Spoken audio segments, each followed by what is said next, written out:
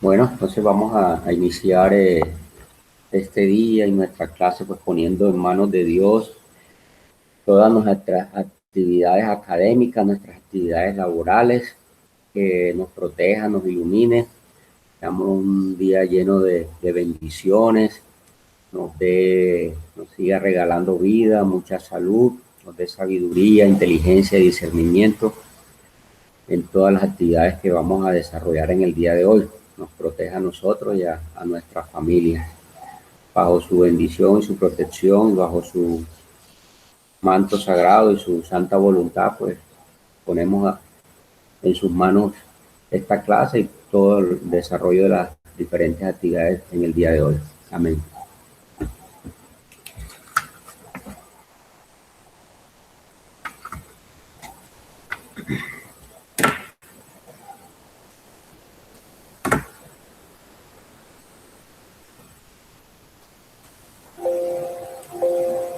Bueno, voy a proceder a llamar a lista. Álvarez Balbuena Aide Alejandra. Presente, profe. Buenos días, Aide. Calderón Oñate Nelson Adolfo. Buenos días, profe, Buenos días, presente. Nelson. Cueto Bolaño John Jairo. Profesor, buenos días. Buenos días, Presente. John Jairo. Jiménez Aguirre Dana Milena. Luque Celano Breiner Darío. Presente, profe. Buenos días. Mesa Saucedo Tatiana Margarita. Buenos días, profesor. Buenos días, Presente. Tatiana. Ponce Montero Yomaira Esther. Quiñones Molina Giselle María. Salinas Vence Viviana Elena. Buenos días, profe, presente. Buenos días, Viviana. La molinera. Sánchez Aria Juliet Paola. Bueno, muy bien. ¿Quién se conectó por ahí que veo? Juliet, no.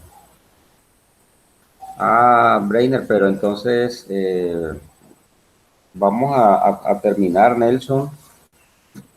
Nelson está pendiente de desarrollar algunas sentencias o no, o Dana logró terminar todo. No, No. profe, nosotros la clase pasada terminamos toda la exposición. Nelson, ¿tú también interviniste en la clase pasada o no? Claro, profe, yo intervine con mis dos sentencias la Sí, clase sí. pasada. Sí. Nelson había Bueno. finalizado ahí con la sentencia. Si mal no recuerdo. No, pensé que había quedado pendiente Nelson. No, el profesor él quedó pendiente, si no estoy mal, la clase antes pasada y la pasada terminó. Ya. Sí, señor, así es. Ok, muy bien. Bueno, entonces queda desarrollado el tema del precedente judicial, las diferentes sentencias que vimos. Entonces, vamos a disponernos en el día de hoy con el tema de las partes de una providencia, ¿sí? Entonces vamos a anotar acá.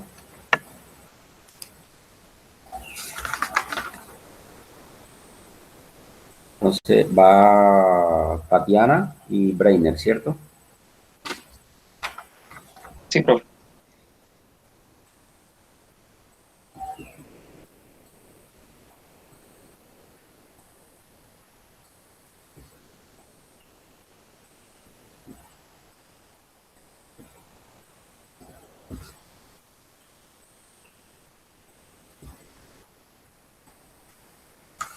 Bueno, muy bien, entonces los demás compañeros muy atentos a la intervención de los dos compañeros que tienen este tema para efectos de las inquietudes, las dudas, los aportes que quieran hacer al final. Entonces, pues estamos prestos a escucharlos a ellos con su tema de las partes de una providencia. Bueno, entonces... Bueno, Gracias, profe. Buenos días, compañeros. Em, el día de hoy vamos a hablar sobre un tema que quizá pues que ya hemos visto quizá en algunas otras clases anteriores a lo largo del semestre. De igual forma, cabe recordarlo y retroalimentarlo porque son cosas que no deben de olvidarse. Entonces, vamos a hablar sobre las partes de una providencia. La tabla de contenido que vamos a manejar va a ser la siguiente. Vamos a desarrollar primero el concepto de providencia, pues la parte de identificación, corrijo aquí, la parte de identificación de una providencia judicial. En este caso, pues vamos a referirnos esencialmente a una sentencia, ¿ya? Pero de igual forma vamos a tocar un poco los autos. En fin, como tercer punto vamos a tocar pues la parte fáctica o los antecedentes que comprende ello, la parte emotiva que se subclasifica en obiter dicti, ratio decidendi, la parte resolutiva y al final un análisis de una sentencia donde pues vamos a ir desarrollando y acotando cada uno de esos componentes, ¿no? ¿Sí se ve la diapositiva, chicos? Sí, se ve perfecto, Breiner. Ah, bueno, listo. Bueno, al menos yo la observo perfecto, no sé los demás compañeros. No, es que por ejemplo, me pasó en una exposición que estaba presentando y se quedó en la hoja de presentación. Entonces, Ah, sí, no, pero sí, la sí, cosa es que yo estoy pasándola ya. Ahorita sí, estamos en las sí, ya providencias. pasó. Al menos ya pasó una. Bueno, entonces ahora estamos en este mapa conceptual que nos desarrolla las providencias judiciales. Entonces ya sabemos que las providencias judiciales tienen una clasificación muy importante: autos y sentencias. Los autos, por un lado, tienen una envergadura, o más bien tienen una importancia dentro del proceso, a diferencia de las sentencias, que la importancia de ellas resalta es al final del mismo. Ahora, dentro de los autos tenemos una subclasificación que ya hemos visto antes, que son interlocutorios y de sustanciación. Entonces, los interlocutorios tienen una característica especial y es que son motivados. Siempre dirimen o resuelven aspectos tanto sustanciales como procesales dentro del mismo trámite de la actuación. ¿Y cómo podrían ser procesales? Bueno, desde, por ejemplo, admitir una demanda o rechazar una demanda, o también desde decretar una prueba, admite una prueba o se deniega dicha prueba. Es interlocutorio porque en ese sentido, esa decisión que tome el juez sobre esa actuación, él tiene que sustentarla y fundamentarla en la norma, ¿ya? Entonces, en ese caso, por ejemplo, si rechazó una demanda fue porque no cumplió con los requisitos del artículo 162, por ejemplo, del CEPACA, o si fue una demanda dentro de la jurisdicción ordinaria en lo civil, ¿cierto? Artículo 82 del Código General del Proceso. ¿Ya? Tiene que fundarse en eso para antes de emitir luego un resuelto. Y los de sustanciación, claro, dijimos que los interlocutorios pueden resolver aspectos pues sustanciales como procesales. Ahora, ya dijimos que procesales desde ese aspecto, desde admitir una demanda o admitir una prueba también. Pero, ¿cómo podría ser sustancial? Bueno, lo sustancial, y leí pues en una sentencia que es posible que los autos también puedan llegar a tener fuerza de sentencia. Pues específicamente serían los autos interlocutorios por la motivación que tienen. Es decir, pueden llegar a tener fuerza de sentencia, como puede ser que se declare la nulidad de todo el proceso o cuando se admite un desistimiento expreso o cuando se genera una transacción, porque vemos que ante esas situaciones se da la terminación del proceso, ya termina. Son formas de terminación del proceso si lo recordamos de esa clase de procesal civil. Bueno, ya agotado al menos eso, quiero traerles pues a colación, no sé si ahora o después, bueno, creo que ahora sería pertinente, al menos quiero mostrarles unos dos modelos de autos para al menos tener una idea clara sobre ello. Permítame un momento. Me avisan cuando se muestre.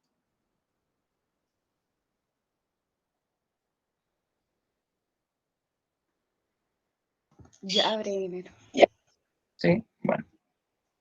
Bueno, aquí tenemos Vamos a ver dos ejemplos de autos, uno interlocutorio y uno de sustanciación. Este es interlocutorio, ¿ya?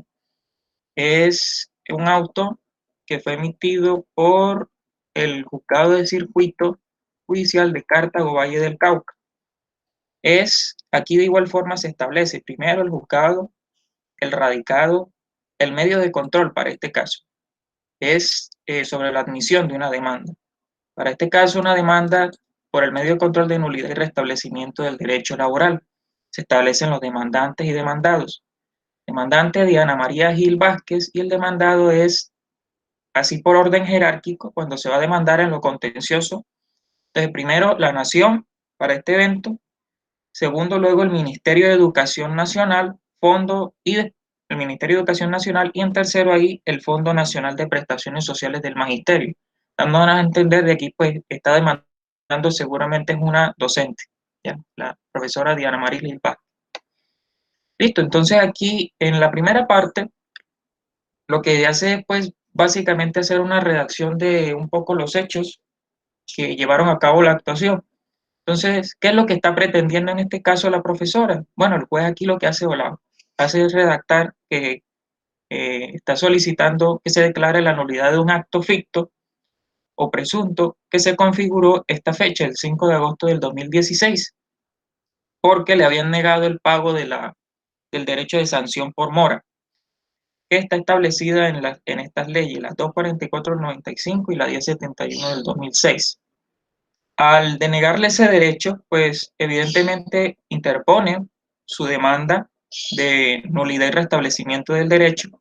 Y una vez pues revisada ya esos aspectos, aquí de igual forma el juez dice, una vez revisados sus anexos, el poder se encuentra que reúnen los requisitos del artículo 162 del CEPACA y por tanto pues se admite.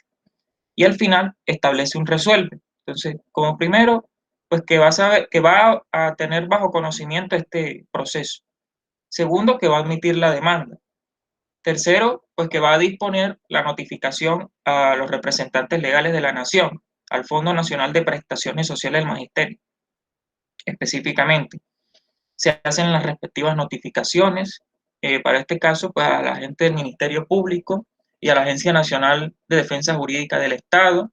Se notifica por Estado esencialmente a la parte demandante, ¿ya?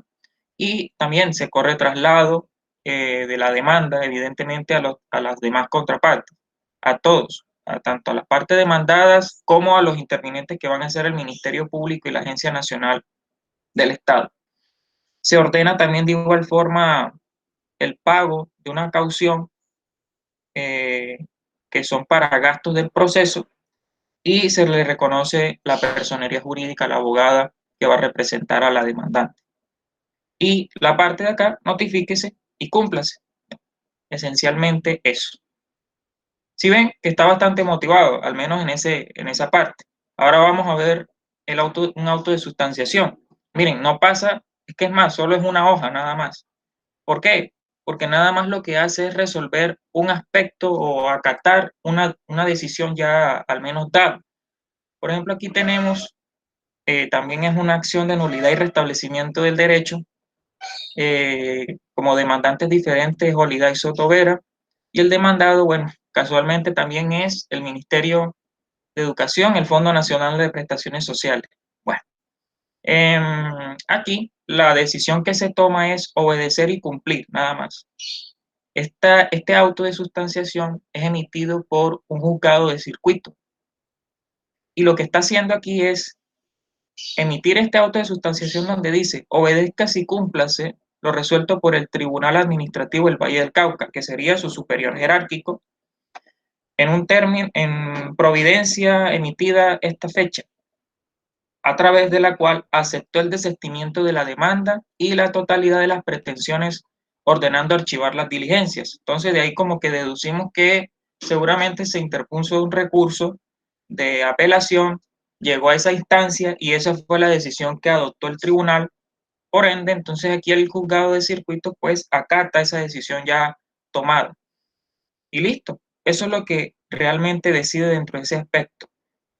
Para esto, pues, archivar el expediente, como aquí lo dice, y las partes de notifíquese y cúmplase. Aquí, fíjense que aquí rompemos el mito ese que nos decían antes de que estos autos nada más decían la parte de cúmplase, pero no, también tienen la parte de notifíquese, porque ustedes se imaginan solamente cumplir una decisión y no notificarla. Eso sería contrario a principios como el de publicidad y contradicción. Pero claro, para esto, pues más que todo el de publicidad, porque tienen que estar enteradas las partes de esta decisión. Bueno, eso al menos era como ejemplo para poder saber esto. Estos modelos, pues de igual manera se van a enviar al grupo para que queden ahí para el archivo. ¿Hasta ahí vamos bien? O compañeros, no sé. No sé si al final, pues más bien las inquietudes, las dudas, ¿cierto? O sea, para no Listo. cortarte ahí dañarte la concentración en el desarrollo del tema, ¿no? Pienso que... Bueno, vale. Bueno, ahora vamos a pasar, voy a volver a la diapositiva un momento.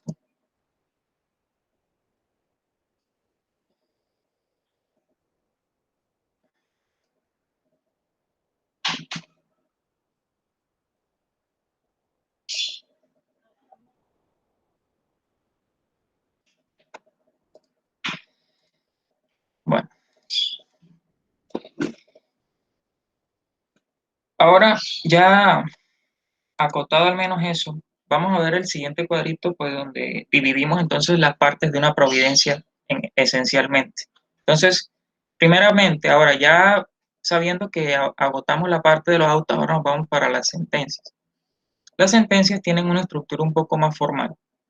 En primera medida, una parte de identificación, donde nos dicen el tipo de sentencia, ¿ya? Entonces, primeramente debemos saber qué tipo de sentencia es, si es una sentencia de tutela, si es de constitucionalidad, si es de unificación, si es de casación o revisión, ¿cierto? Esos son aspectos que hay que mirar.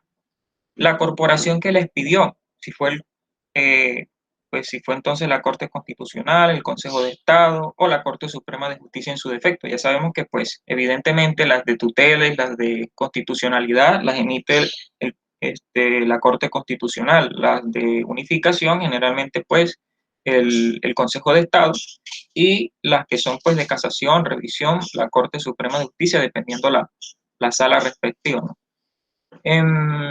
Luego tenemos dentro de la parte de identificación, pues claramente el magistrado ponente y la fecha de la emisión. Eso es la parte de identificación esencialmente.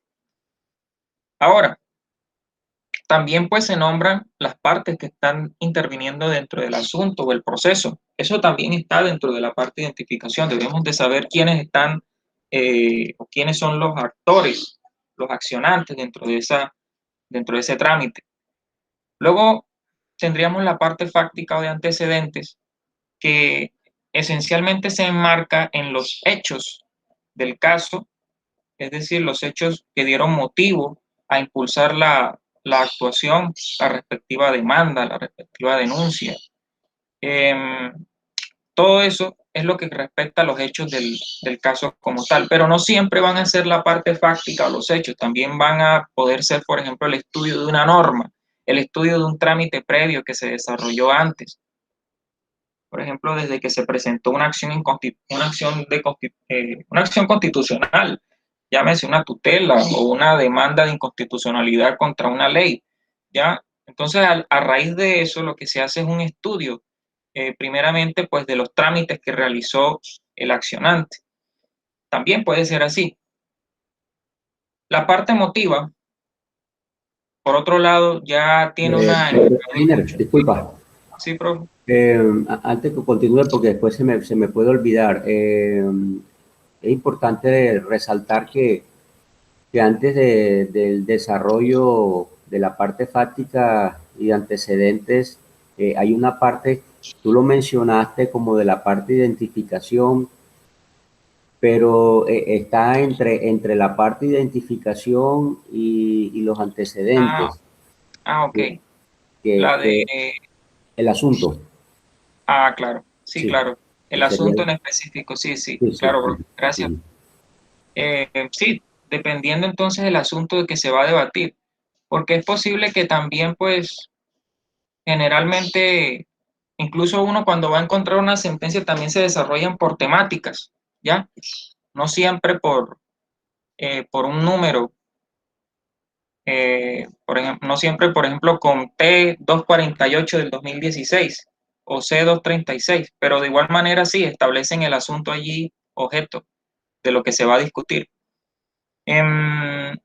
Bueno, entonces ahora dentro de la parte emotiva, que inicia desde la cápite de consideraciones de una sentencia, ahí es que nosotros pues nos vamos guiando porque ya el juez empieza a emitir. Bueno, disculpa, ahí en los antecedentes, no te, sí, ya relacionaste lo que va en los antecedentes, no escuché, qué pena. Bueno, dentro de la parte fáctica o los antecedentes habíamos mencionado que aquí se desarrollan los hechos que motivaron la actuación como tal. Porque, o sea, la regla general es que siempre vamos a desarrollar por la parte fáctica, desde a raíz de la presentación, por ejemplo, de una demanda, la presentación de una denuncia, todo, y las actuaciones en general que desarrollaron ambas partes, tanto demandante, demandado, o la persona que interpuso la denuncia. Entonces, todo ese aspecto fáctico, todos los hechos que llevaron al trámite, eso es lo que corresponde a la parte fáctica o de antecedentes, ¿ya? Que de igual forma se va a sintetizar allí dentro de la sentencia. Pero es posible que, pues estaba leyendo que no siempre, pues, se desarrolla siempre con la parte fáctica o de los hechos de las partes. También puede ser desde el estudio de una norma a raíz de una acción, por ejemplo, de constitucionalidad, como había mencionado ahorita, desde que se hace desde que se demanda una ley, por ejemplo. Entonces, se estudia toda la parte del trámite que se desarrolló respecto a eso. No siempre, pues, se desarrolla bajo quizá antecedentes, pero de igual manera ahí como que es un poco más formal. No sé si me doy a entender en ese aspecto, pero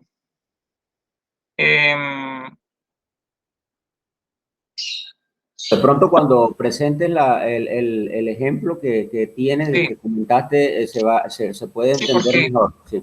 sí, porque esto es muy, muy quizá teórico, entonces ahorita cuando ya desarrollamos la sentencia se va a entender mejor ahí. Perfecto, muy bien. Bueno, vamos a la parte emotiva, listo, ya teniendo en cuenta esos dos puntos importantes, la parte emotiva es casi que el punto central realmente de toda sentencia. Entonces, aquí sabemos que se desarrolla a partir de la cápite de consideraciones y se divide o se clasifica en obiter dicta y ratio decidente. Entonces, la obiter dicta, por un lado, son solamente argumentos complementarios. Son nada más enunciaciones que pueden ser de tipo histórico, filosófico, estadístico, económico, de cualquier índole, pero que en esencia al final no va a tener un poder vinculante con la decisión. Solamente adornan la sentencia, la complementan, le tratan de dar fuerza. Eso es lo que hace un obiter dicta, o incluso para efectos prácticos. Ustedes cuando, por ejemplo, uno cuando va a leer una sentencia, siempre la Corte desarrolla conceptos, ¿ya? Desarrolla aspectos como, bueno, hablemos de la figura de, no sé, la figura del habeas corpus, o hablemos de la procedibilidad de la tutela, los requisitos, o el contexto histórico de una norma que se está demandando. Eso es puro obiter dicta, porque ahí lo que está haciendo el juez es una parte más que todo, diría yo, pedagógica, intenta es explicar básicamente las figuras jurídicas, pues para tratar como de poner en contexto al lector de la sentencia como tal, pero en esencia no está debatiendo sobre el caso principal, ya lo que le compete, que es decidir sobre la situación jurídica. Entonces, el obiter dicta lo que hace es eso, nada más es complementar, no es de obligatorio cumplimiento. A diferencia de lo Sí, que sería... Brendan, disculpa, como para complementarte, también por lo general traen a colación sentencias o el Sí. análisis de sentencias que ya han hecho en épocas anteriores, ¿sí? O sea, como una secuencia de cada una de las posiciones que ha ido teniendo esa corporación sobre el tema, pero que no, Sí. como tú dices, en últimas, pues no tienen un factor vinculante ni obligante como tal, simplemente son como antecedentes para adornar, como para ilustrar, ¿sí? Para ilustrar la futura decisión. ¿Mm? Sí, eso es lo que hacen en últimas, nada más el obiter dicta. Yo digo que la utilidad que tiene el obiter dicta es más que todo, no sé, para uno como proceso de formación, ¿no? Como estudiante y también pues para quienes están en el litigio, porque de igual forma nos ayudan a poder entender conceptos que incluso las normas jurídicas no hacen, ¿ya? Entonces, siento que la sentencia al menos tiene un plus con eso, con desarrollar el obiter dicta. Algunos lo critican y otros lo elogian. Yo siento que es útil ya en cuanto a ese aspecto porque le enseña a uno varias figuras jurídicas que realmente pues no se definen en la ley. La Cierto, ratio de... Sí, enriquece mucho el léxico, nos lleva de pronto a unos conocimientos y a unas nociones generales del tema que se está tratando, del análisis del mismo, e incluso que dijeron algunas otras corporaciones, es más, dentro del mismo derecho comparado, dentro de la misma analogía, de traer incluso posiciones de corporaciones del nivel internacional, trayendo pues el derecho convencional. Por eso es que muchas veces se extienden bastante, hay sentencias sí, que se ven demasiado extensas porque prácticamente abordan todo ese léxico jurídico, todo ese andamiaje, digámoslo así, como antecedente a aterrizar a la ratio decidente. claro, sí, así es, profe. Ya por otro lado, en lo que respecta a la ratio decidendi, que ya esencialmente son los argumentos de peso, son los argumentos fundamentales en los cuales se va a tornar la decisión del juez. Abarcan esencialmente, de igual manera es de acotar que dentro de, pues, antes de desarrollar la ratio decidendi, que dentro de la parte emotiva siempre esencialmente se desarrolla a partir de un problema jurídico que la Corte plantea. Normalmente lo hacen a raíz de una pregunta, si debe considerarse que procede o no la actuación, o si o si dicha actuación que tomó la entidad vulnera los derechos tal, tal y tal de la Constitución. Entonces, a raíz de ese problema jurídico es que el juez empieza a redactar, empieza a argumentar de igual forma la sentencia. Y dentro de eso, el obiter dicta y la ratio decidendi son importantes. Pero, ¿qué hace la ratio decidendi tan especial? Bueno, porque en últimas, esa es la figura que va a ser vinculante en la decisión. Por tanto, la ratio decidendi lo que va a hacer es resolver ese problema jurídico planteado. Esencialmente, el objeto del caso. No se va a salir más allá de eso.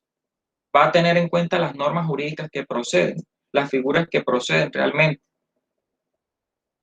Y con eso toma la decisión. Ahora, la ratio decidendi como tal, en últimas, pues como tiene un factor vinculante, va a tener incidencia en otras decisiones posteriores que vayan a tomar otros jueces, porque de allí eso es aplicar una norma jurídica también. Recordemos que la jurisprudencia también es fuente formal, por ende las demás instancias también están obligadas en acatarlas, porque esencialmente si hablamos de un pronunciamiento jurisprudencial es la aplicación, como dijo una vez una compañera, es la aplicación de una ley, pero hablante básicamente, o la aplicación de una norma de forma hablante, es eso, esa interpretación lo que hace al menos importante a la jurisprudencia. Entonces, lo que la ratio decidendi hace es eso, resolver el problema jurídico, pero de fondo. ¿Ya? Ahí es cuando desarrolla de fondo. No se va a ir por argumentos complementarios, no se va a agarrar por fuentes históricas o fuentes filosóficas, no. Va a resolver el caso, que es lo que le interesa a las partes realmente. ¿Ya? Eso es la ratio decidendi en última. No sé si el profe iba a hacer a colación allí, profe. Sí, allí complementando lo de Breyer, del mismo nombre, ratio decidendi, se desprende prácticamente su concepto, ¿no? Ratio, razones, decidendi, decidir, razones para decidir. Son los fundamentos, los argumentos que tiene el juez para tomar la decisión. Recordemos que siempre que hay un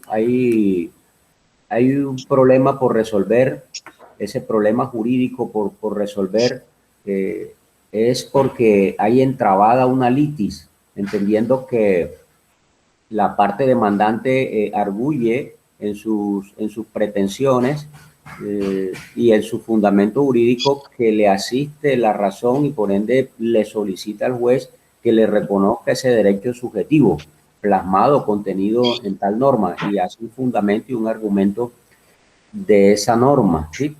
Por su parte, la demandada, al contestar y atacar esas pretensiones a través de las excepciones, manifiesta que no le asiste razón a esa parte demandante y arguye pues también y esboza en su contestación sus fundamentos y sus argumentos jurídicos, también basados en esa misma norma. Es decir, las dos partes, con respecto a una norma jurídica, le dan una interpretación a la misma de manera diferente. La una manifestando que tiene un derecho que está reconocido y establecido en esa norma y que esa contraparte o esa demandada le está desconociendo. Por su parte, la demandada le dice, no tiene razón, no tiene derecho, porque esa norma no establece o no indica esto o lo otro, sino todo lo contrario, que no tiene derecho, no amerita el reconocimiento de esos derechos subjetivos que él aduce o arguye en su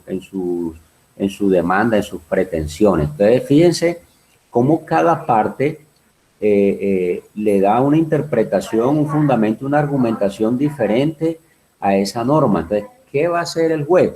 Precisamente, luego de ese análisis del obiter dicta y todos esos antecedentes y toda esa decoración, digamos, de la sentencia, entonces termina ya rematando y diciendo, bueno, aquí la parte que tiene razón es la demandante o la demandada. ¿Por qué? Porque esta norma debe analizarse, debe interpretarse desde este punto de vista. Entonces ya allí hace las explicaciones y las razones para tomar esa decisión. Allí puede traer, si hay un precedente judicial, tranquilamente coge como argumento ese precedente judicial porque ya el Consejo de Estado o la Corte Suprema o la Corte Constitucional han sentado precedentes sobre ese tema y ahí recordamos todas esas sentencias que vimos sobre el precedente, ahí damos aplicación a todas esas sentencias que analizamos en clases anteriores. Entonces el juez ya ahí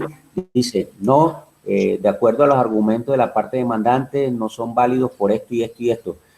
Los argumentos de la parte demandada son válidos, pero no en su totalidad, sino parcialmente por esto.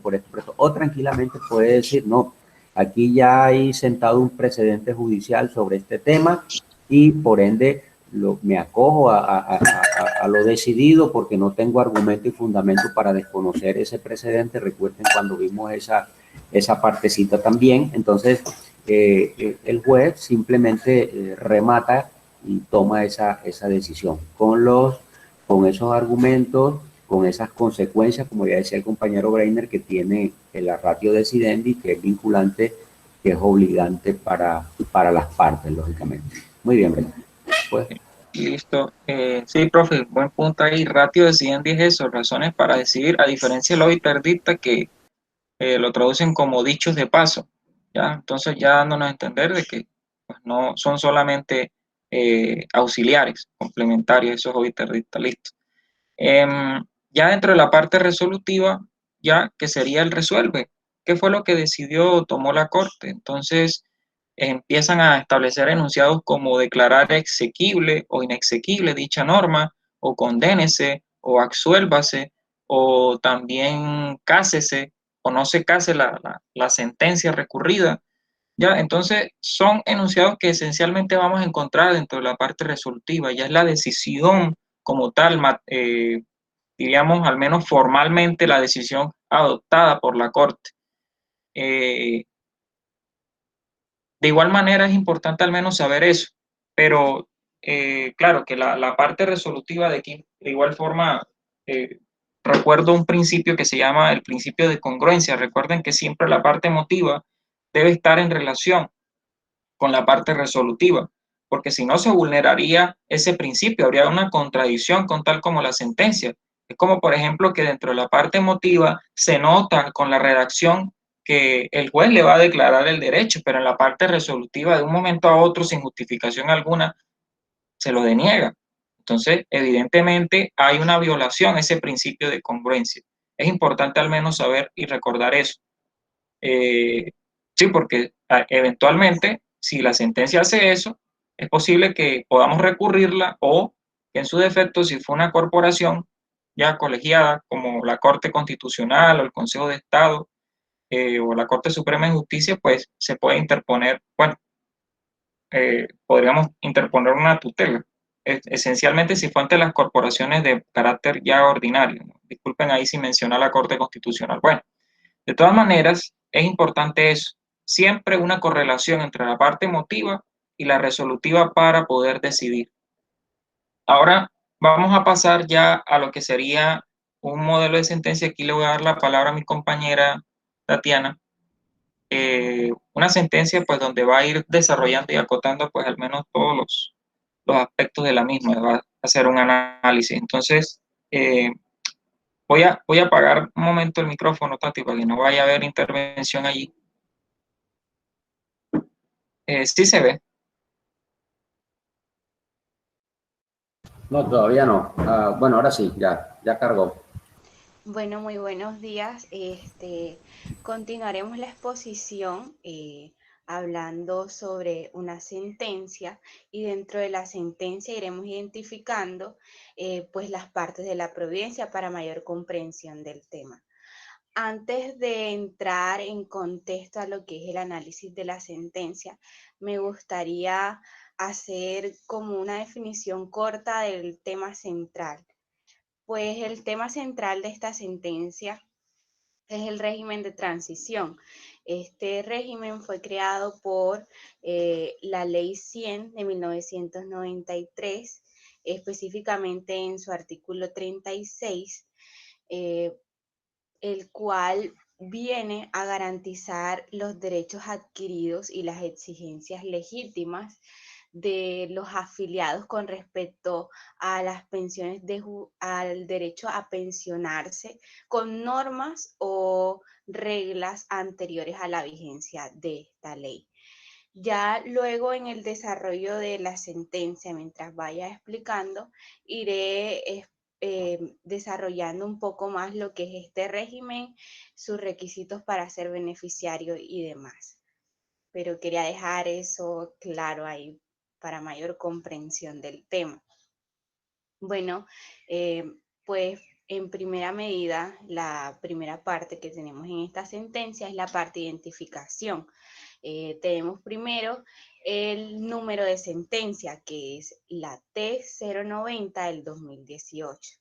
Luego tenemos el tipo de actuación, que como lo vimos en el número de sentencia, es una acción de tutela, una acción interpuesta por el señor Luis Rafael Ávila Manjarres,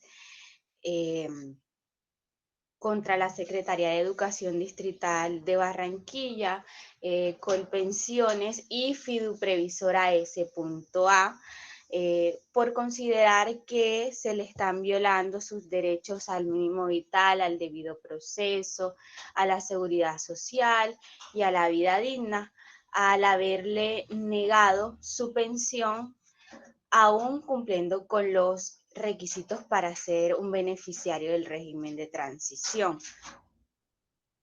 Como magistrado ponente en esta sentencia tenemos a José Fernando Reyes Cuartas. Luego tenemos en esta sentencia la parte fáctica, que vienen a ser los hechos. Pues el señor Ávila manifiesta primero que todo que tiene 68 años, que fue que realizó aportes al Instituto de Seguros Sociales, lo que conocemos hoy en día como Colpensiones, y que desde el año 1968 hasta el año 2004 acumuló más de 700 semanas cotizadas en el régimen de prima media, que es uno de los requisitos principales para ser beneficiario, haber cotizado al régimen de prima media. Que esas cotizaciones las realizó en ocasión de haber trabajado en el sector privado, en varias empresas y también independientemente laborando. También manifestó el accionante que para 1994 él contaba con 45 años de edad. ¿Esto qué quiere decir? Esto también es uno de los requisitos esenciales para ser beneficiario del régimen de transición, puesto podrán beneficiarse las personas que al entrar en vigencia esta ley 100 hayan tenido, si son mujeres, 35 años o más, si son hombres, 40 años o más, o haber estado cotizando por más de 15 años. Aparte de eso, señaló el accionante que después de haber trabajado en el sector privado, fue contratado como docente a la Secretaría de Educación Distrital de Barranquilla, donde acumuló desde el 2004 hasta el 2013 más de 400 semanas. Y que las cotizaciones que hacía en ese momento iban al Fondo de Pensiones del Magisterio, en ese momento administrado por la Fiduprevisora S.A. Por consiguiente, a todos estos aspectos, a él al año de 2014 ya tenía más de 1000 semanas cotizadas. Por ende, también cumplía con otro de los requisitos esenciales para ser beneficiario del régimen de transición, que es tener más de 1000 semanas acumuladas. Inicialmente el acto legislativo 01 del 2005 definía bien los aspectos y decía que podrán ser beneficiarios las personas que para el 2010 hayan acumulado más de 1000 semanas cotizadas, pero se dijo en este acto que excepcionalmente se podía extender hasta el 2014. Por ende, seguía cumpliendo con otro de los requisitos esenciales. Luego de que el señor Ávila hubiera cumplido cierta edad ya avanzada, en que no podía estar laborando, solicitó a Colpensiones su pensión de vejez correspondiente, a lo que Colpensiones la negó, ellos afirmando que tenía solo acumuladas 600 semanas, las 600 semanas que había laborado en empresas privadas e independientemente, por lo cual no se le estaban acumulando las semanas trabajadas en la Secretaría de Educación. El señor Ávila procedió a comunicarse con la Secretaría de Educación para que le reconocieran sus cotizaciones hechas en dicha entidad, lo cual fue totalmente rechazado por esta entidad, pronunciándose ellos que él no podía hacer una acumulación de lo que él había cotizado en el Fondo de Pensiones del Magisterio y lo que había cotizado aparte como independiente o en Colpensión como tal. Por lo cual él, al ver esta situación de que se le estaban vulnerando sus derechos a la vida digna, al debido proceso, a la seguridad social, al mínimo vital, decidió instaurar una acción de tutela, debido a que también se encontraba en unas situaciones económicas bastante vulnerables al no estar laborando, y también al encontrarse en una situación de salud, eh, pues también crítica, al tener una edad ya demasiado avanzada, sufría de bastantes problemas de salud como hipertensión, distintos problemas cardíacos. Dentro también de esta parte fáctica encontramos el problema jurídico, que si no lo dejé claro en los hechos, es si Colpensiones vulneró los derechos fundamentales del accionante, es decir, el señor Ávila, a la seguridad social y al mínimo vital, al no haberle permitido la acumulación de los tiempos cotizados en el Fondo de Prestaciones Sociales del Magisterio para el reconocimiento de su pensión de vejez. Es decir, lo vuelvo a explicar concretamente, el problema aquí es que no se le permitió al accionante, al señor Ávila, acumular sus tiempos cotizados, todo lo que él laboró. Luego tenemos la parte motiva, donde encontramos la obiter dicta y la ratio decidendi.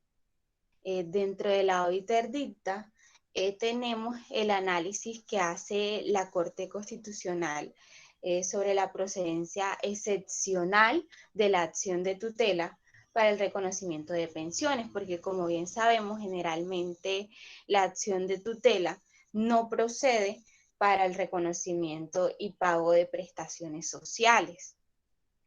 Es por eso que la Corte entra a hacer un estudio de si en verdad procedía esta acción de tutela, a lo que concluyeron que debido a los factores externos que tenía el accionante, factores que claramente pesan, por ejemplo, lo que el accionante debería, la Corte entró a analizar que lo que en realidad se tenía que hacer era un proceso, como bien sabemos, un proceso laboral ordinario, pero debido a las condiciones que tiene el señor Ávila, que es una persona mayor, que al no encontrarse laborando, pues tenía una situación económica precaria, poniendo en peligro el derecho a la vida digna, que también tenía problemas de salud que no le iban a permitir esperar el tiempo que requieren ese tipo de procesos. Y es por eso que la Corte concluye que en este caso sí estaría procediendo la acción de tutela. Otro punto importante que también hace parte de la obiter dicta dentro de la sentencia es el análisis que hace la Corte sobre lo que es el régimen de transición a la luz de la ley 100 del 93, en el que explican que su creación lo que busca esencialmente es proteger a quienes tenían la expectativa legítima de adquirir el derecho a la pensión de vejez de conformidad con los requisitos que ya estableció esta normatividad. Ya dentro de la ratio decidendi tenemos el análisis que hace la sala sobre la aplicación del régimen de transición al caso en concreto.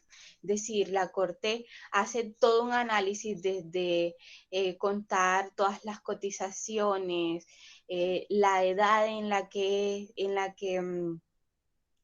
se encuentra el accionante y demás, y donde la Corte dentro de ese análisis logra evidenciar la vulneración por parte tanto de la Secretaría de Educación al establecer que el régimen pensional es exceptuado, es decir, que no se tiene en cuenta al régimen de transición, vulnerando así la vida digna y el mínimo vital del señor Ávila. Igualmente, ellos logran evidenciar que Colpensiones también logró vulnerar los derechos fundamentales a la seguridad social, a la vida digna y al mínimo vital del señor Ávila al negarle la pensión de vejez solicitada, pese a que él ya cumplía con la totalidad de semanas requeridas, desconociendo aún así Colpensiones la jurisprudencia constitucional ya existente en materia de cómputo de tiempos personales. Dentro de esta ratio decidendi también encontramos que la Corte unifica los criterios sobre la posibilidad de acumular los tiempos cotizados a entidades públicas y a empleados privados. Es dentro de esta sentencia que la Corte abre esa posibilidad de acumulación y lo determina que se le dará la posibilidad de acumulación, primero a los casos que contengan más de 1000 semanas en cualquier tiempo y a las personas que reúnan un total de 500 semanas dentro de los 20 años anteriores al cumplimiento de la edad requerida, como fue el caso del señor Ávila.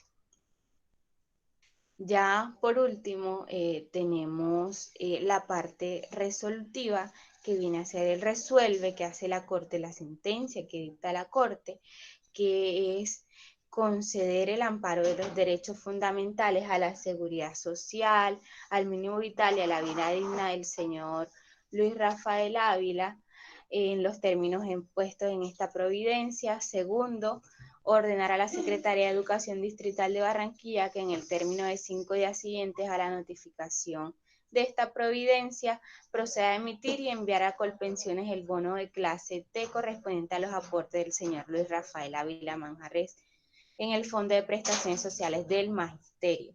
Y tercero, ordenar a Colpensiones que entre los 10 días siguientes a la notificación de esta sentencia realice el reconocimiento y pago de la pensión de vejez al señor Luis Rafael Ávila Manjarrés, así como del retroactivo de las mesadas pensionales que no estén prescritas en atención a lo consagrado en los artículos 488 y 489 del Código Sustantivo del Trabajo. Y como cuarto y último, por Secretaría General, líbrese la comunicación prevista en el artículo 36 del Decreto 2591 de 1991. Bueno, creo que eso sería todo. No sé, ¿qué no quedó claro? Y Breiner comentó que iban a presentar un modelo de una sentencia. Profesor, sí, eso, pero no lo quise, o sea, no quise, yo hice el cuadro como tal, sí, pero yo no quise mostrarlo porque, o sea, como es tanta información, a veces de pronto estamos leyendo y entonces no están prestando atención a la explicación. Sí lo vamos a mandar al grupo para que ya... Pero no la puedes presentar, no la tienen para presentarla ahí o de pronto para observarla y ir mirando esas partes, igual como se hizo con el tema del auto. Claro, claro, profe. Sí, creo que ahí se puede descargar ahora para mostrarla. De todas maneras, también tenía otra sentencia allí, pues, donde subrayé dónde están todas las partes. Pero de igual manera, cualquiera, la que tenga, es como un simple modelo, o sea, un formato, simplemente formato, independientemente de la que sea, sino como un formato para que los compañeros ir mirándole cada una de las partes que la conforman, ¿sí? Vale. Permítame, aquí ya ahorita la presento. Bueno, mientras él va adecuando qué inquietudes, qué dudas, qué preguntas, qué aportes hacer a este tema, que es muy importante.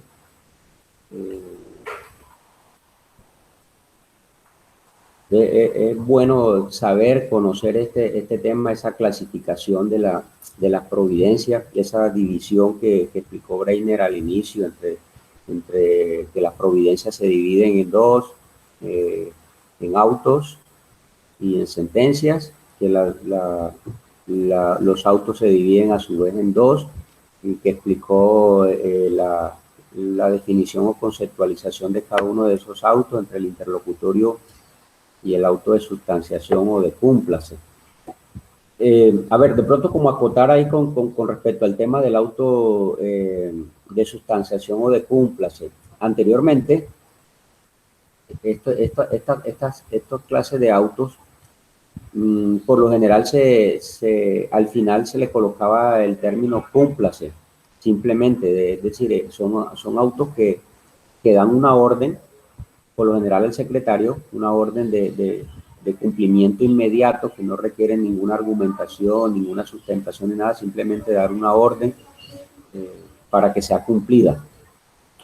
Hoy en día, con el tema de la virtualidad, y entendiendo que si bien estos autos de cúmplase no realizan ninguna modificación sustancial dentro del proceso, ni dan terminación al mismo, nada, no es menos cierto que de pronto de la misma connotación o del mismo contenido del auto de sustanciación puede generar alguna inquietud, digámoslo así, o alguna decisión o alguna inconformidad, valga la palabra, alguna de las partes. Por ende, si bien muchas veces no se notifican los autos de cúmplase o los autos de sustanciación, porque su palabra lo indica, son autos de cúmplase, más no notifíquese, no es menos cierto que a pesar de que digan cúmplase, más no notifíquese, debe, en virtud de la virtualidad hoy en día, deben comunicarse a las partes. ¿Por qué? Porque de pronto alguna de las partes no está muy conforme con esa decisión inmediata que se tomó y puede hacer o presentar alguna inquietud o presentar alguna inconformidad y manifestarla, pero para poderlo hacer debe enterarse de qué ordenó ese auto de sustanciación. Entonces, lo recomendable, si bien no es notificable ni personalmente ni por estado, porque es un auto de cúmplase, como su nombre lo indica, no es menos cierto que debe comunicarse a las partes. ¿De qué forma? Pues enviándole al buzón de correo electrónico que haya indicado en el proceso, para que se entere que salió un auto y en qué forma salió.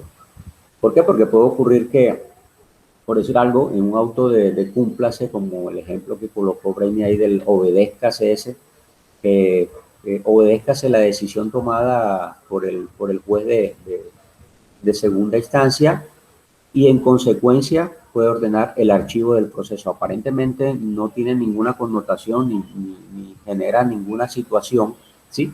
Obedézcase y cúmplase y archívese el proceso, pero puede resultar que en esa sentencia de segunda instancia se pudo haber condenado en costas a alguna de las partes, ¿sí? Por lo general se condena en costas, lógicamente sustentado y argumentado, a la parte que ha sido vencida. Entonces, cuando hay una condena en costas, lo que viene es estipular las agencias en derecho y hacer la liquidación de esas costas. Entonces, si sale el auto, obedézcase y cúmplase y archívese el proceso, pero no se dijo nada sobre las costas, pues lógicamente la parte que resultó favorable con esa decisión va a manifestar que no se liquidaron las costas a su favor y por ende pues deben pasarse y liquidarse las mismas. Entonces mírese que sí, aparentemente no tiene ninguna importancia ni ninguna relevancia, porque no se toma una decisión de fondo ni puede vulnerar derechos de alguna de las partes. No es menos cierto que puede existir alguna inconformidad o algún error en esta clase de autos, y la parte que le interesa a la misma pues lo puede percibir y lo manifiesta, pero para poderlo hacer pues lógicamente hay que comunicarle al auto. No es notificar porque sale de cúmplase, sino comunicar el auto. Lo otro importante en el tema de las sentencias es que algo que identifica siempre a toda sentencia, siempre para usted poder identificar que se trata de una sentencia y no de un auto interlocutorio, porque muchas veces hay autos interlocutorios que por su motivación, que por su argumentación y su sustentación se asemejan a una sentencia, ¿sí? Se asemejan, mas no son una sentencia.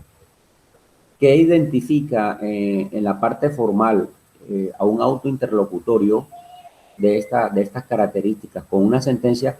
Es que la sentencia siempre en su parte final lleva un término que es característico, la identifica como tal y es un término que es procesal y es de ley, que dice, siempre va a decir la sentencia antes de la parte resolutiva, en razón y mérito del expuesto, ¿sí? Actuando, ¿sí? En nombre de la autoridad de la República de Colombia y por autoridad de la ley, resuelve, ¿sí?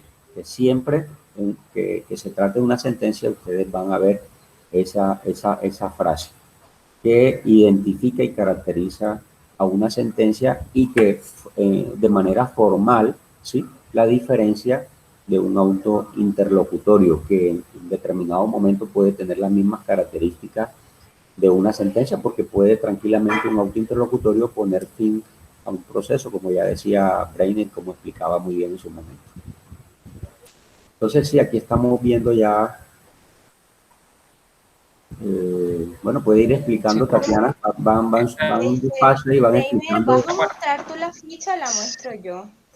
Ahí se volvió a perder bueno, ahí. Espérate, déjame bueno, compartir. si quieres la muestras. Ajá, sí, déjame compartir. Tienes que dejar de compartir para yo poder compartir. Vale.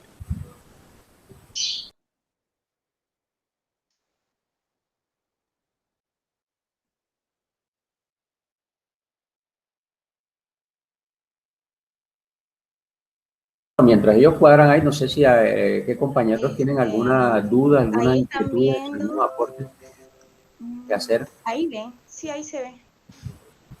Bueno, como sí, tenemos aquí el número de sentencia y el tipo de actuación, que es la parte emotiva.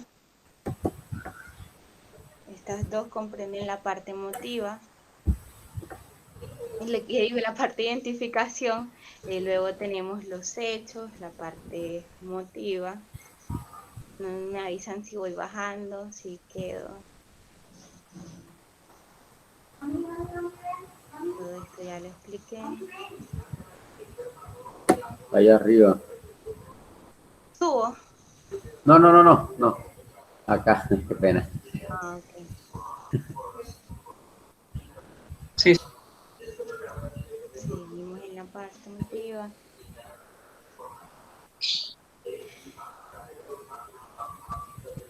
La interdicta, que como lo dije, el análisis que hace la Corte sobre ahí establece los problemas jurídicos. Ajá, la procedencia excepcional de la acción de tutela para el reconocimiento de pensiones. Bueno, fíjate que... Y el análisis de lo que es el régimen de transición a la luz de la ley 100 del 93. La ratio decidendi, que es el análisis de la aplicación del régimen de transición al caso en concreto, y la unificación de criterios de la Corte sobre la posibilidad de acumular los tiempos cotizados a entidades públicas y empleadores privados. Él resuelve. Sube un poquitico, Tatiana. Bueno, no, ahí no está contemplado. Bueno, ya, tranquila, puedes seguir bajando. No, ya. Esa es la... Sí, señor. O sea, resumida, claro. Pero yo vi que mostraron algo... sigue bajando. ¿Bajo, subo? Sigue bajando, a ver. Despacio. ¿Esto es la misma? ¿O esta es otra? Sí, señor, es la misma sentencia. Sí, es la misma, es la ficha. Bajemos para ver si de pronto está la sentencia como tal ya desarrollada. Ese es como un cuadrito de resumen muy importante sobre cada una de las partes que la comprenden. Me parece muy bien. Sí, el problema jurídico, los interdictas, está bien la ratio decidendi, el análisis, la parte resolutiva. Sí. Baja. Ya la parte decisoria o parte resolutiva, ¿sí? ¿Ya? Sigue bajando, ¿no? ¿No? Ah, porque aquí están como lo importante.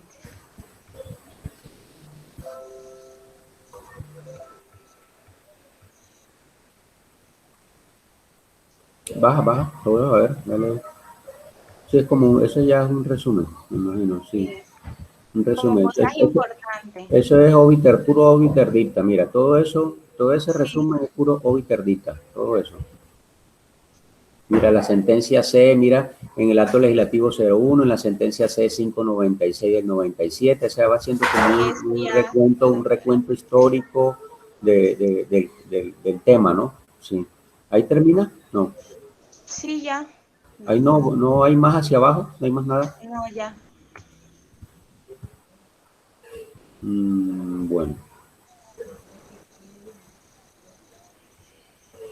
subamos todo, a ver, Ese vámonos. debe ser un resumen. De igual forma, no sé, Tatiana, ahorita Vamos. te acabo de enviar la sentencia como tal. Si quieres la puedes abrir Ah, mira, ahí para mismo. ver, sí. Mira a ver si la logras.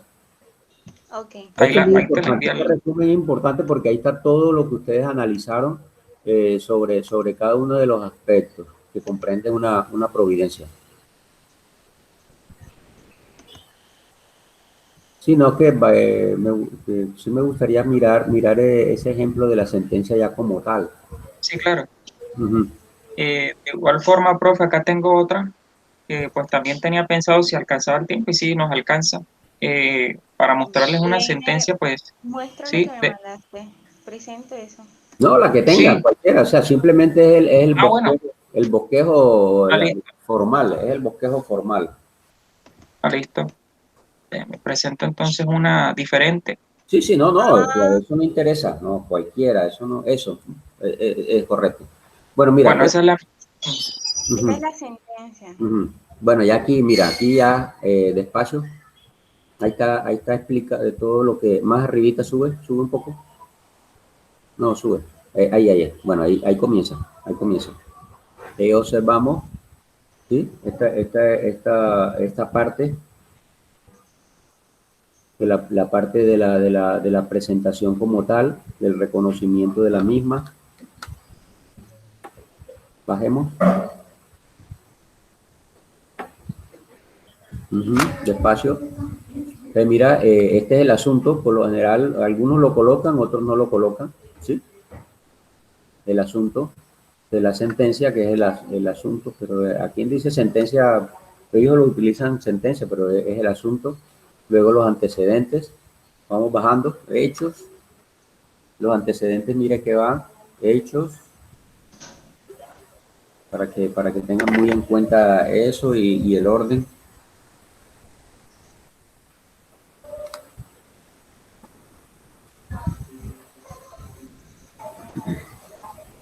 El trámite procesal, o sea, todo eso es parte de los antecedentes, trámite procesal, todo. Mira las actuaciones de cada una de las partes, la respuesta, esas son ya las actuaciones de la parte accionada, en este caso porque es una tutela o demandada, las contestaciones.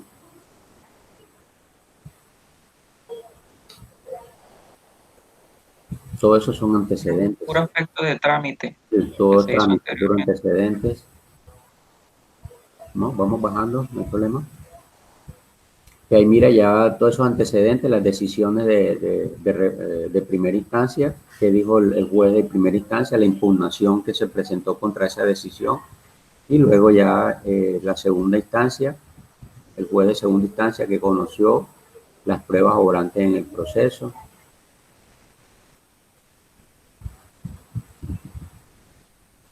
Puro antecedentes. Y ya ahí ya la parte considerativa, que ya consideraciones, sube un poquito, disculpa, sube. En la consideración importante de primero definir el tema de competencia, indicar que se es competente y por qué se es competente y con fundamento en qué. Luego viene el planteamiento del problema jurídico. Muy bien, bajemos. Ahí el planteamiento del problema jurídico es un interrogante, es un problema que hay que resolver, entonces ahí lo plantean. ¿Cuál es el problema o los problemas a resolver? Entonces ya todo eso empieza ya, obiter dicta, mira, puro análisis de disposiciones, régimen de transición, hacen todo Sí, un estudio, un análisis una de las normas explicación. y de explicaciones de las normas que son las que están en controversia, el análisis de la norma en controversia por las partes. Ahí empiezan a hacer todo de despacio, bajando.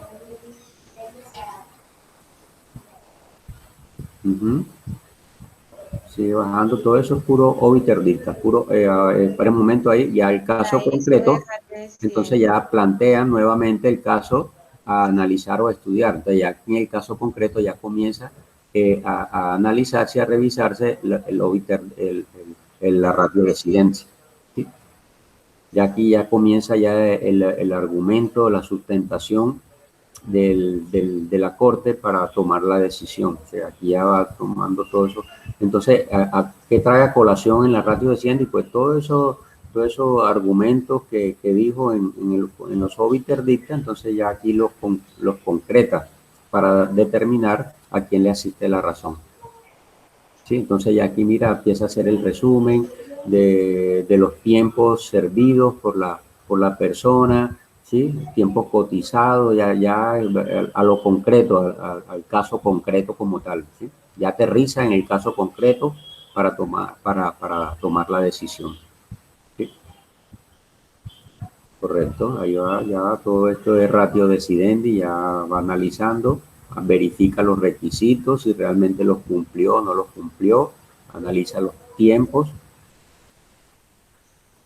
revisión de los requisitos.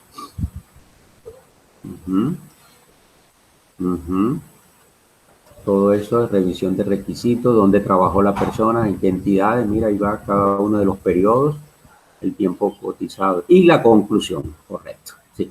Con base en esa ratio decidendi, él concluye si le asiste el derecho o no le asiste el derecho, si le asiste la razón o no le asiste razón, ahí en esa conclusión, ahí remata. Y luego, mira, antes, sube un poquito, antes él resuelve, mira, ahí, mira. Mira, este término que está ahí es lo que identifica una sentencia y la diferencia de un auto interlocutorio, porque como les decía, el auto interlocutorio en determinado momento tiene las mismas características de una sentencia y tranquilamente puede poner final a un proceso, ¿sí? O a una actuación. Pero lo que identifica es esta partecita, una sentencia de un auto interlocutorio. En mérito de los puestos, la Sala Octava de Revisión de la Corte Constitucional, administrando justicia en nombre del pueblo y por mandato de la Constitución, y yo hablo en nombre del pueblo, en nombre de la República de Colombia, igual, o sea, el pueblo representado, la República de Colombia representada por el pueblo, en nombre del pueblo y por mandato de la Constitución Política, resuelve, ¿sí? Entonces, aquí, revocar la sentencia. Entonces, esta parte resolutiva debe estar en consonancia con la parte considerativa, pero dentro de la parte considerativa, más en consonancia con la ratio decidencia. Lo que decía el compañero Breiner, debe haber una congruencia entre la parte resolutiva y la parte considerativa, pero en lo que tiene que ver con la ratio decidencia. Si no hay esa congruencia, esa decisión puede ser objeto de tutela porque está incurriendo en una presunta vía de hecho. O sea, hay una contradicción total entre lo que se resuelve con lo que se decide en la parte de la ratio decidencia. ¿Sí? Por secretaría, líbrense las comunicaciones previstas, notifique, comunique si cúmplase, ¿sí? Y ya la firma de los magistrados que intervinieron en la sala de decisión. Entonces ya eso es muy bien, gracias. Profe, a veces da como rabia que cuando uno se pone a leer una sentencia ya casi al final, cuando establecen el resumen, ahí dice todo lo anterior expuesto, entonces uno como que se agota. Claro, no, mira, ¿qué les recomiendo? ¿Qué les recomiendo? En esta clase de sentencias, y creo que en la gran mayoría al final hacen unas conclusiones, ahí váyanse directamente, ¿verdad? Primero váyanse a la parte considerativa, pues lógicamente un poco los antecedentes, si se quieren, como tú decías, enterarse, para tener conocimiento, para tener un mayor léxico, para saber sobre los obiter dicta y las diferentes posiciones y tesis que ha tenido una corporación sobre ese tema, pues sí, es enriquecedor, ¿sí? Y alimenta el léxico y todo, y te da un conocimiento general de las cosas, ¿sí? Pero si lo que te interesa es mirar realmente cuáles fueron los fundamentos y argumentos de las razones para decidir, vete al final, a las conclusiones, que ahí te remata y te dice prácticamente, te extrae, digamos que muy sucintamente, muy argumentativamente, pero muy sucinto, muy breve, muy corto, en casi una o dos páginas, te dice todo prácticamente los antecedentes y te dice todo las consideraciones, ¿sí? Entonces, y lógicamente termina rematando con la parte resolutiva. Por lo general uno, como pues, los abogados litigantes, yo nunca no he tenido la oportunidad de litigar, yo creo que ya no la voy a tener, bueno, no sé todavía, igual, esperemos. Uno lo primero que mira es la parte resolutiva, qué resolvió, si concedió, si no concedió, igual, porque esa es como la primera alegría o la primera decepción que uno, digamos, decepción entre comillas, que uno se lleva.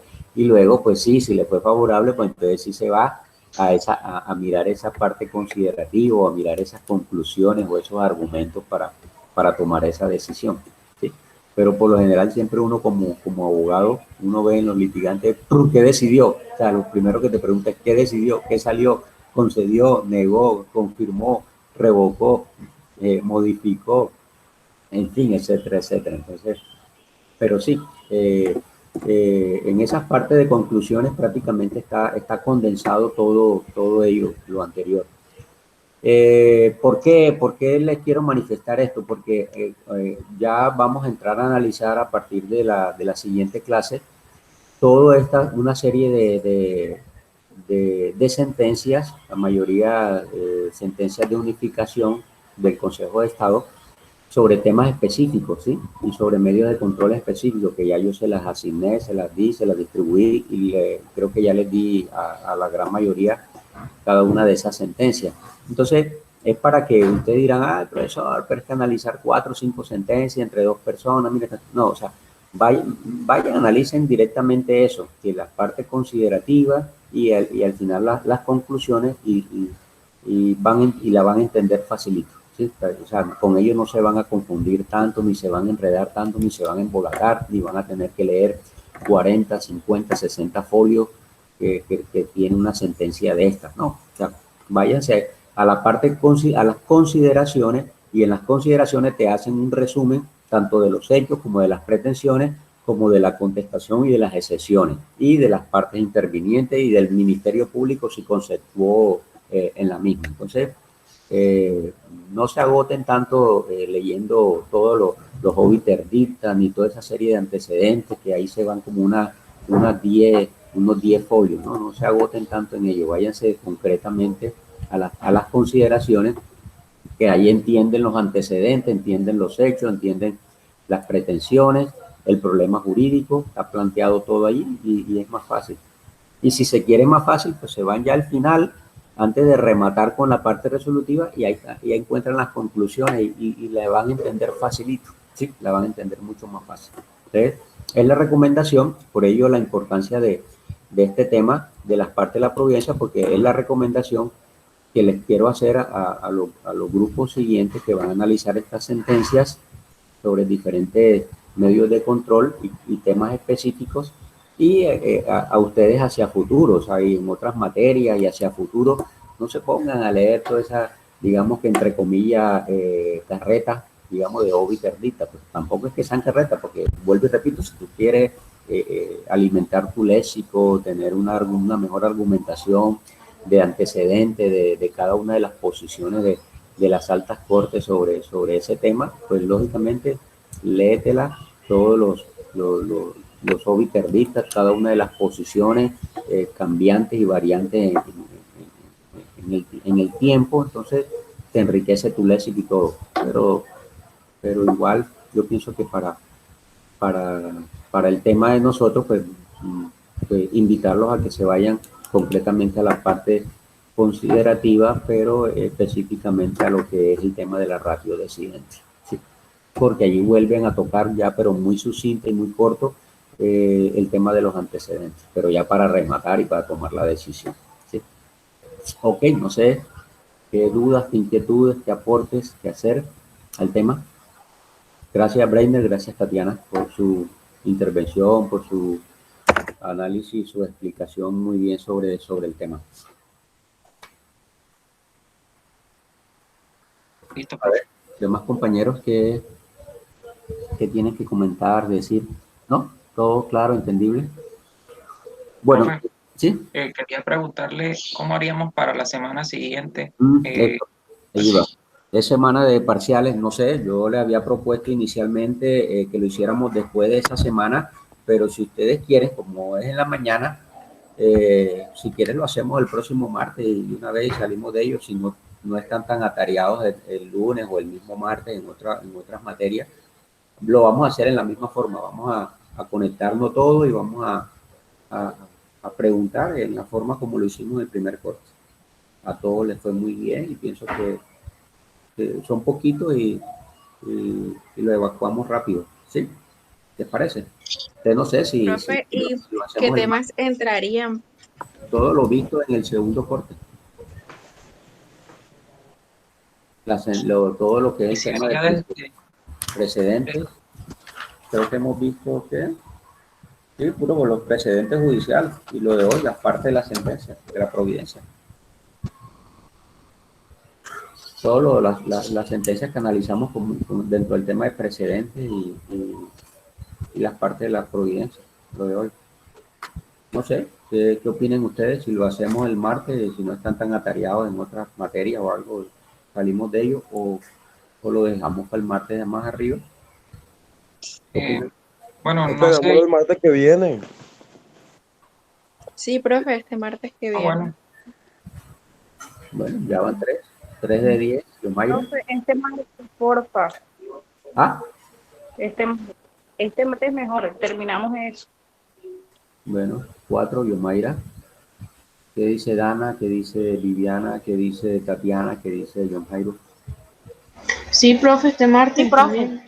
Bueno, listo, Dana. Ok, listo. Ustedes Porque a la lo hacemos el otro martes. Nos conectamos y, y desarrollamos el examen, ¿vale? Bueno, entonces, no sé, ¿qué otra inquietud, alguna otra duda sobre el tema? ¿Algún aporte? ¿No? ¿Todo claro? Bueno, muy bien. ¿Qué compañeros se conectaron desde luego? Por ahí vi que escribió, ¿no fue? Yo, profe. Jiménez, Dana. Yo, profe, Sánchez, profe. esa lista, por favor. Ponce, Yomaira. ¿Sí? Y Sánchez, profe. Juliet. Ok. Las tres, ¿cierto? Ok, muy bien. Entonces, gracias. profe, ¿cuáles han sido pues los temas o las, no sé, las sentencias o los temas básicamente que se han desarrollado en el segundo corte? Fue desde, no sé quién fue que inició, cómo iniciamos allí, fue, Ya le no digo. sé si, Yomaira y John fueron los primeros. ok, Yomaira, luego Dana, Nelson. Y hoy ustedes. listo, profe. Bueno, igual, Yomaira fue, de todos modos, Giselle y Viviana tocaron, prácticamente dieron con el inicio del precedente judicial como fuente del derecho, pues también lógicamente eso abarca, ¿no? sí, claro. Sí. Bueno, bien, bien. Todo el tema de precedente judicial que analizó Giselle, Viviana, luego el análisis de la sentencia, Yomaira John, Dana Nelson, y el tema de ustedes hoy de parte de una providencia. Listo, profe. Bueno, muy bien. Agradecerles por su conexión el día de hoy, desearles mejor resto de día, muchas bendiciones, Dios nos siga protegiendo a todos, a nuestras familias, cuidémonos mucho y éxito en las actividades del día de hoy. Nos vemos entonces el próximo martes y muchas bendiciones para todos. Listo, profe, igual, gracias. Igualmente. Listo, profe, bendiciones.